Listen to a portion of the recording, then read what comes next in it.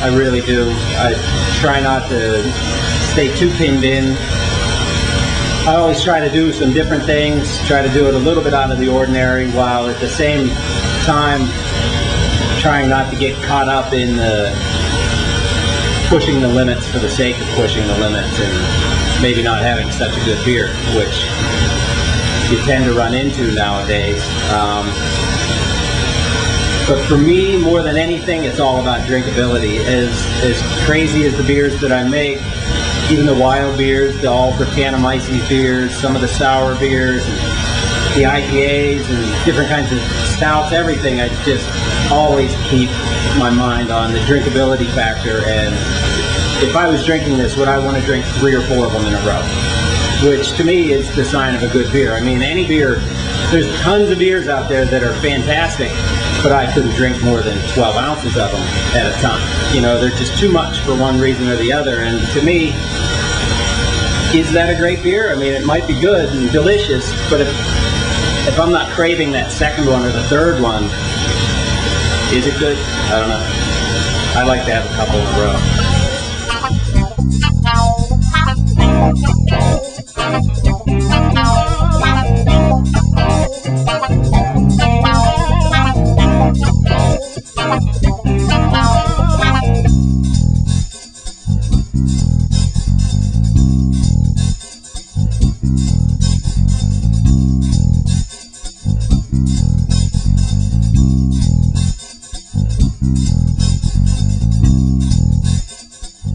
I feed it to my beef cow, and they really love it. And cut down on the amount of hay and stuff you have to feed them. And I've even had calves that have been weaning that instead of feeding them grain with molasses, they love this stuff better.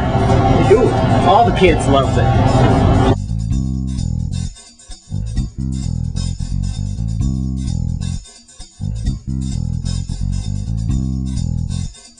Some people would laugh at me, but yeah, I've had some experiences here. I haven't actually seen anything.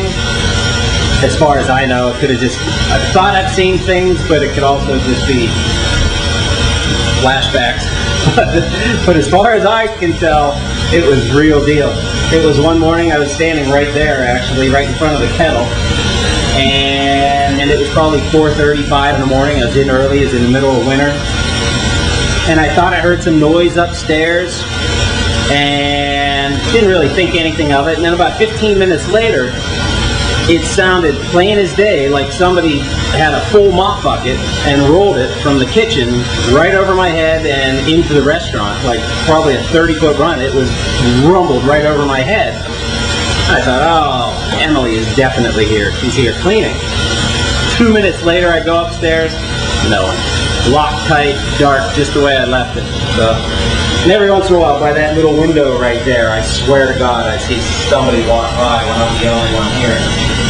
But again, you know, could be any number of things causing that.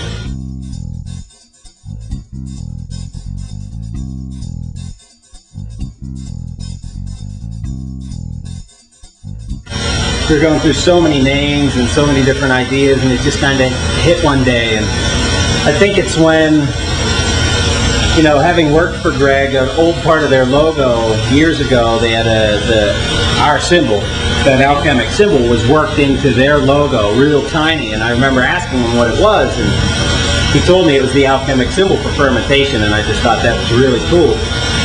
And then just the names running over our heads time and time again, it kept coming back to the Alchemist, and it just clicked, and we decided that's going to be the name and that's going to be our symbol. So it's worked out well. I like it. Nobody calls it Alkies, which I kind of hope they do, but it's probably a good thing that they don't call it Alkies.